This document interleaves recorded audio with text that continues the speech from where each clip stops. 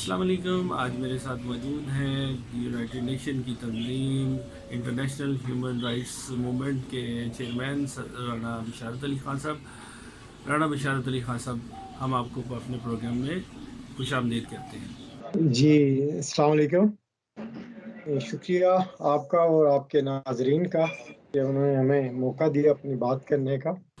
رانا صاحب, آپ کی تنظیم IHRM دنیا بھر میں مقبولیت کی بلندیوں پر ہے اور انسانی حقوق کی جہاں بھی خلاف ورزیاں ہو رہی ہوں, اور چاہے وہ کشمیر کی بات ہو, برما کی بات ہو, فلسطین کی بات ہو, یا بھارت کے اندر جو انسانی حقوق کی خلاف ورزیاں ہو رہی ہیں, ایون کہ پاکستان میں بھی آپ کی تنظیم جو ہے وہ ہمیں پیش نظر آتی ہے. سب سے پہلے میرا سوال آپ سے یہ ہے کہ یہ بتائیے کہ آپ کی تنظیم کا IHRM کا موٹیو کیا ہے اور یہ اب تک کہاں کہاں کام کر رہے ہیں؟ سر, انٹرنیشنل ہیومن رائٹس موومنٹ اس وقت دنیا کے 67 ممالک میں تقریباً دنیا کے تمام بر اعظموں میں عملی طور پر کام کر رہی ہے. ہماری آرگنائزیشن دنیا بھر میں انسانی حقوق کے لیے کام کرتی ہے, جس میں جنگ کے خلاف عملی اقدامات اٹھانا, جنگ کو روکنے کے لیے عملی اقدامات اٹھانا, جنگ کے بعد ہونے والی تباہی کو منیمائز کروانے کے لیے اپنے اقدام اٹھانا. یہ تو ہمارے وہ میجر ایشوز جن پہ ہم پوری دنیا میں کام کرتے ہیں. لیکن اس کے ساتھ ساتھ ہم علاقائی سطح پر انٹرنیشنل ہیومن رائٹس موومنٹ پوری دنیا میں علاقائی سطح پر انسانی حقوق کی آواز بلند کرتے ہیں. رانا صاحب, اب یہ بتائیے کہ آپ کو یہ سارا کام کرتے ہوئے کن کن مشکلات کا سامنا کرنا پڑا, یعنی کہ آپ کے راستے میں جو ہرڈلز آئی ہیں ان کے بارے میں آپ کیا کہتے ہیں؟ دیکھیں, کسی بھی کام میں اس کے کام کی نوعیت سے مشکلات ضرور پیدا آتی ہیں.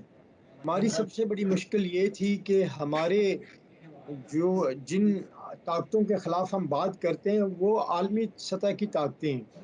جیسے ہم عراق کی جنگ کے خلاف امریکہ کے خلاف بات کرتے ہیں, تو آپ موازنہ کر سکتے ہیں کہ ہم انڈیویجول ایز آرگنائزیشن اور امریکہ کی طاقت کا توازن برابر نہیں.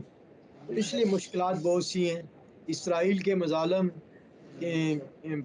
جو فلسطین پر ہوتے ہیں ان کے خلاف بات کرتے ہیں, اور یہ بات وہ نہیں جو اخباروں کی خبریں لگ جائیں یا فیس بک پہ سٹیٹس لگ جائیں. ہم ان اداروں کو, ان ممالک کو یونائٹڈ نیشن پہ, یورپی یونین پہ, OIC میں یا انسانی حقوق کی تمام عالمی آرگنائزیشن پہ جا کر چیلنج کرتے ہیں. نہ صرف چیلنج کرتے ہیں بلکہ آگے بڑھ کر ان کے ہاتھ روکتے ہیں, اور اس میں کئی دفعہ ہمیں کامیابی بھی حاصل ہوتی ہے اور کئی دفعہ ہمیں بہت سی مشکلات, بلکہ زیادہ تر وقت ہمیں مشکلات کا سامنا کرنا پڑتا ہے, جس میں کبھی مشکلات ذاتی نوعیت کی ہوتی ہیں, جس میں کبھی مشکلات ہماری تنظیم کے حوالے سے ہوتی ہیں. کئی دفعہ ہمارے کارکنان کو ٹارگٹ کیا جاتا ہے. میں آپ کو مثال دوں گا. جب انڈیا کے مظالم کشمیر پر بات ہم کرتے ہیں تو اس کا ہمیں نقصان یہ ہوا ہے یا ہمارے ساتھ زیادتی یہ کی گئی کہ ہمیں انڈیا کی حکومت نے انڈیا کی میں ہماری آرگنائزیشن کے دفاتر کو, ہمارے آرگنائزیشن کے کارکنان کو ہراساں کیا, پھر ہمارے دفاتر کو بند کیا, پھر آخر میں ہماری آرگنائزیشن کو مکمل طور پر پوری انڈیا میں جو ہمارے تقریباً 3,500 ممبر تھے وہ ساری ممبرشپ ختم ہوگی, اور آخر میں ہمیں اپنے انڈیا سے اپنا آفیشلی طور پر اپنی آرگنائزیشن کو بند کرنا پڑا. تو مشکلات ہوتی ہیں. اسی طرح ہم جب امریکہ کے خلاف فلسطین اور عراق اور افغانستان پر ہونے والے مظالم کے خلاف ہم جب امریکہ کے خلاف بات کرتے ہیں تو امریکہ اپنے طاقت کے کو استعمال کرتے ہوئے یونائٹڈ نیشن پہ, یورپی یونین میں, اور OIC میں نہ صرف ہماری تنظیم بلکہ ہماری تنظیم کے کارکنان پر مشکلات پیدا کرتے ہیں. اس کی مثال میں آپ کو یہ دیتا ہوں کہ اب میں ذاتی حیثیت میں میرے سفر پہ پابندی ہے. برطانوی حکومت نے مجھے واچ لسٹ میں ڈالا ہوا ہے, شیڈول 7 جو ٹیررسٹ لسٹ ہے. تو اس کی وجہ سے میں پچھلے 3 سال سے برطانیہ سے باہر سفر کرنے نہیں کر سکتا. تو اس طرح کی پابندیاں, لیکن یہ پابندیاں ہمیں پتہ تھا ایسی مشکلات ہمارے سامنے آئیں گی تو ہمیں آئیڈیا تھا، تو یہ وہ نئی چیزیں نہیں تھی جو ہمیں اس میدان میں آنے کے بعد پتہ لگی۔ جب آپ بڑی طاقتوں کو چیلنج کریں گے تو وہ اپنا زور تو استعمال ضرور کریں گے۔ رانا صاحب یہ بتائیے کہ آپ نے آئی ایچ آر ایم کی ابتدا جو ہے وہ کہاں سے کی، اور آپ کے دل میں یہ کہ خیال کیسے آیا کہ آپ کو اس طرح کا کام کرنا چاہیے سماجی خدمت کے لیے سلسلے میں؟ کیونکہ عموماً جو ہے وہ عام لوگ اس طرح کے کام میں انوالومنٹ جو ہے وہ نہیں آتی، اور آپ ماشاءاللہ سے اتنے عرصے سے یہ کام کر رہے ہیں، اور انسانی حقوق کے اوپر اس طرح سے کام کرنا کوئی آسان کام نہیں ہے۔ تو آپ نے ابتدا کہاں سے کی، اور آپ کے دل میں خیال کیسے آیا کہ اس کام کو شروع کیا جائے؟ دیکھیں، انسان قدرتی طور پر، پداشی طور پر، نیچرلی انسان جو ہے وہ آزادی کی خواہش کی تمنا رکھنے والا ہے۔ انسان نے کبھی بھی اپنے آپ کو غلامی کی زنجیروں میں نہیں جکڑا۔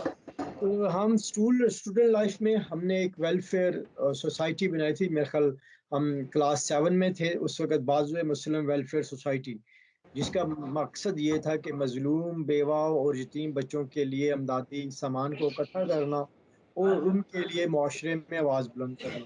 تو وقت گزرتا گیا، جب برطانیہ شفٹ ہوا 2002 میں، تو اس کے بعد 2007 سے ہم نے انٹرنیشنل ہیومن رائٹس موومنٹ کا سلسلہ شروع کیا، بلکہ اس سے بھی پہلے ہم نے جب عراق پہ جی، جنگ کو مسلط کیا گیا تھا تو اس کے خلاف برطانیہ میں ہم نے ملین مارچ نکالا تھا مختلف آرگنائزیشنز کے ساتھ مل کر، جس میں تقریباً 10 لاکھ سے زیادہ لوگ نکلے تھے پورے یو کے میں، جو عراق کی جنگ کے خلاف تھے۔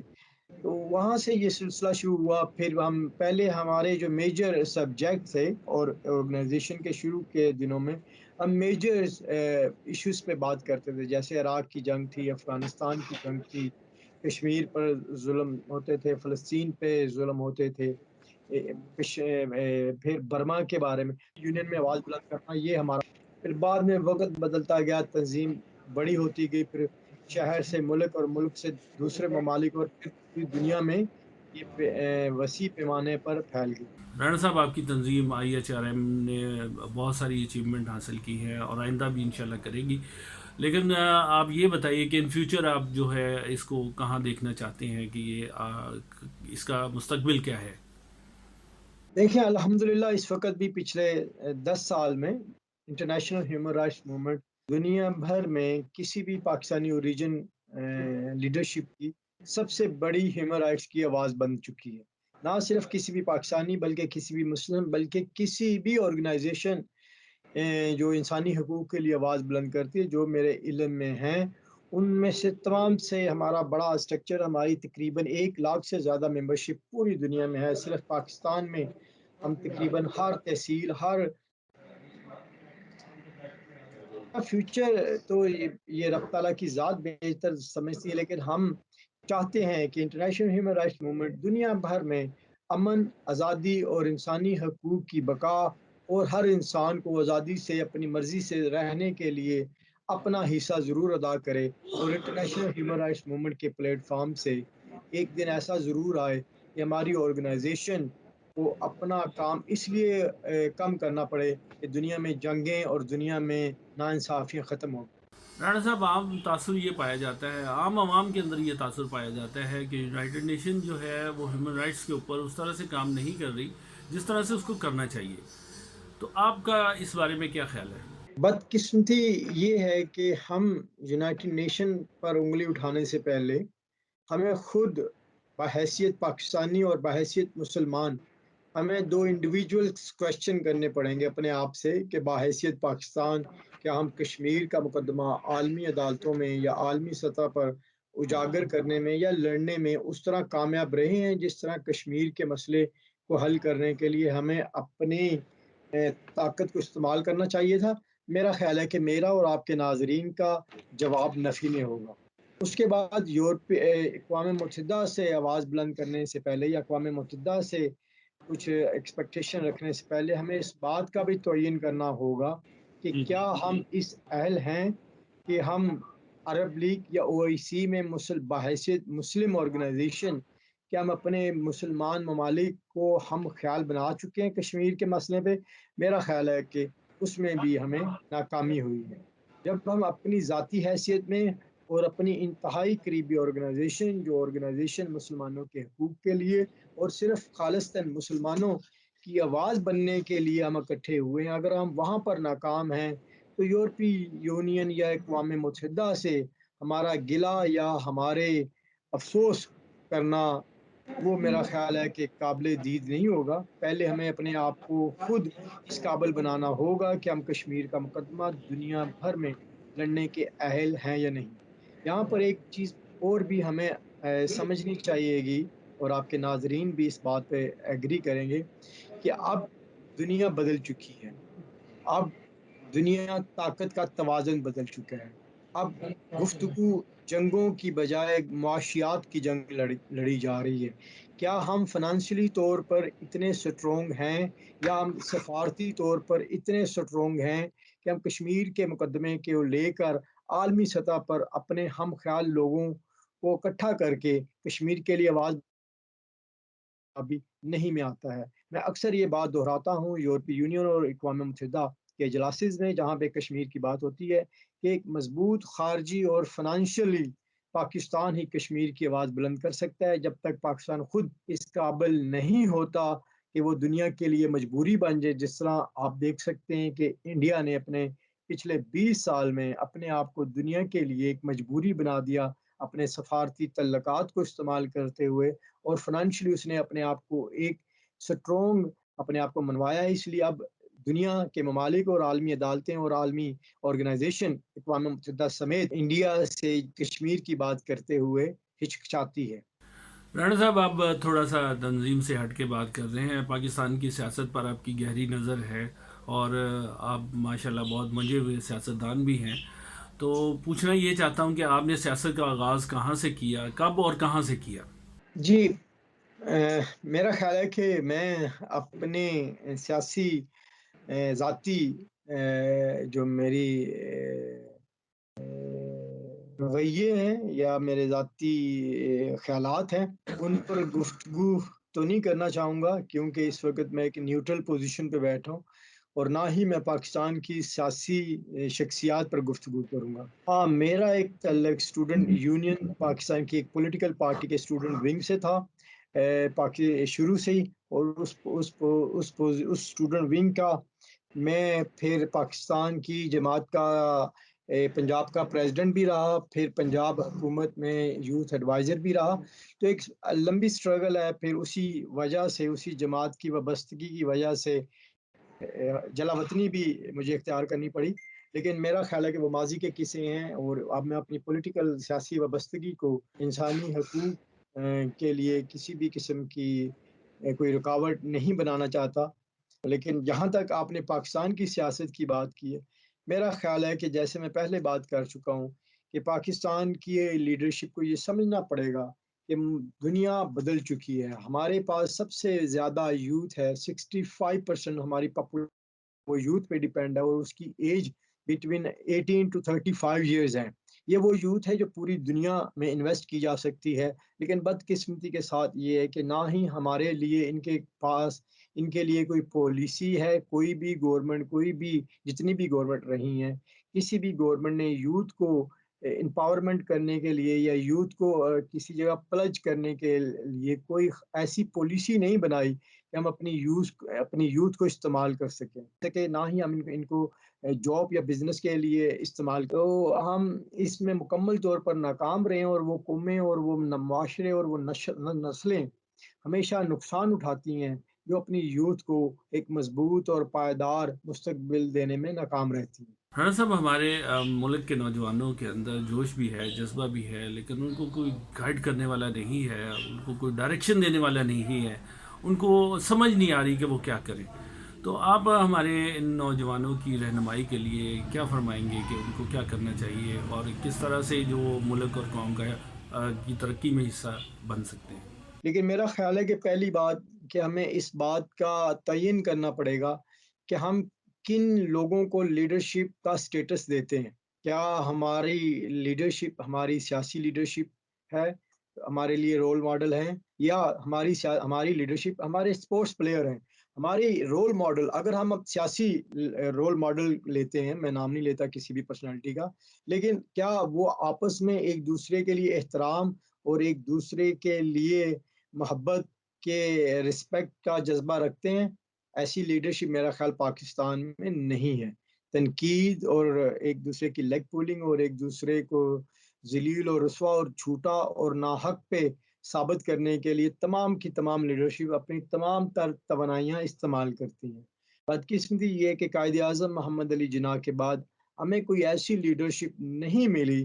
جتنی بھی پولیٹیکل لیڈرشپ رہی ہیں وہ پاور ہنگری رہی ہیں، اور جب انسان طاقت کے حصول کے لیے اپنے آپ کو غلام بنا لیتا ہے تو اس کے رول پرنسپل نہیں رہتے. تو میرا خیال ہے کہ ہمیں اس بات کا بحیثیت مسلمان اور بحیثیت پاکستانی اس بات پر بڑا واضح طور پر سوچنا ہوگا کہ ہماری لیڈرشپ ہے کیا.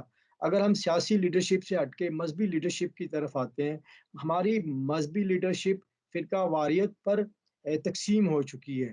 تو میرا خیال ہے کہ اس میں جب ہم لیڈرشپ کے رول پر مذہبی طور پر بھی آتے ہیں تو اس میں بھی ہمیں ناکامی کا سامنا ہوتا ہے.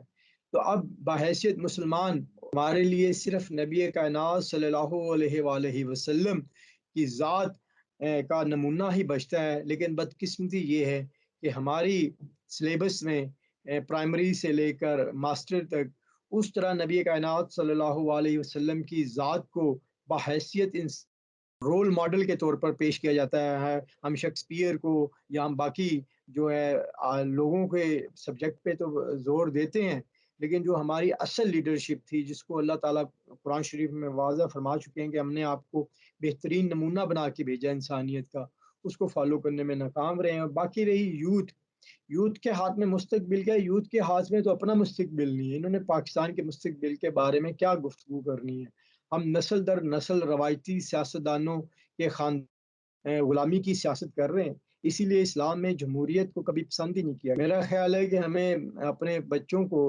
خاص طور پر اپنی یوتھ کو، ایک پائیدار تعلیمی نظام دینے کی ضرورت ہے. ہمیں جو ہمارے پاس جو تعلیمی نظام ہے وہ 100 سال سے زیادہ پرانا ہے.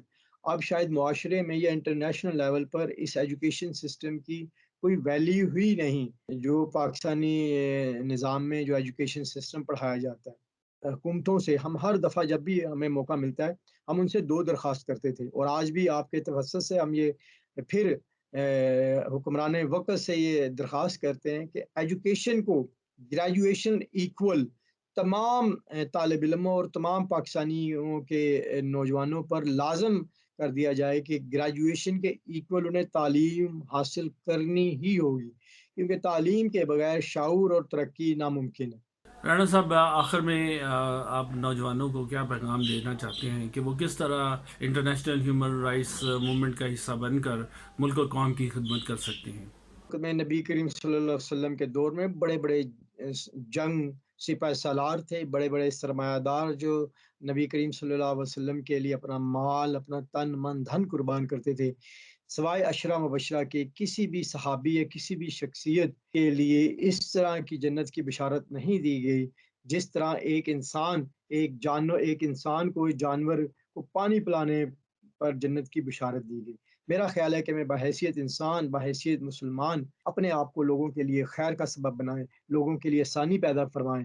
یہاں پر میں آپ کے تمام ناظرین کو یہ بتانا چاہتا ہوں کہ نبی کائنات صلی اللہ علیہ وآلہ وسلم نے اپنے نوجوانی کی عمر میں جب وہ 13-14 سال کے تھے، مدینہ مکہ میں ایک ویلفیئر سوسائٹی سیٹ اپ ہوئی تھی جس کا نام حزب الفاضول نام تھا.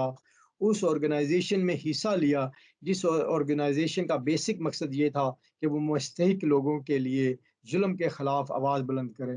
تو ہمیں بحیثیت انسان اپنے ارد گرد معاشرے میں ناانصافیوں کے خلاف کھڑا ہونا ہوگا، کیونکہ جو شخص ناانصافی کے خلاف کھڑا ہوتا ہے اور حق کے لیے کھڑا ہوتا ہے وہ میرے اور آپ میں سب سے بہتر ہوتا ہے. انسانی حقوق کے لیے یا انسانی حقوق کی آواز بلند کرنے کے لیے آپ کا مالدار، سرمایہ دار یا ریسورسفل ہونا ضروری نہیں. آپ گھر سے نکلتے ہوئے پانی کی وہ بوتل جو آپ پی چکے ہیں اس کو صاف کر کے اس میں پانی ڈال کے آپ کسی راہ گزیر کو یا کسی مستحق کو وہ بھی دے دیں تو وہ بھی آپ کا ایک احسن اقدام ہے. ہمیں کچھ نہ کچھ کرتے رہنا چاہیے، چاہے کسی ایک شخص کی زندگی میں بہتری لائیں، کوشش ضرور کریں، یہی آپ کے نوجوانوں سے درخواست ہے۔ جی رانا صاحب، بہت بہت شکریہ آپ کا، آپ نے ہمیں ٹائم دیا اور آپ کی تشریف آوری کا۔ تو ناظرین، اس کے ساتھ ہی ہم آپ سے اجازت چاہیں گے، نیکسٹ ویڈیو میں آپ سے پھر ملاقات ہوگی۔ اللہ حافظ۔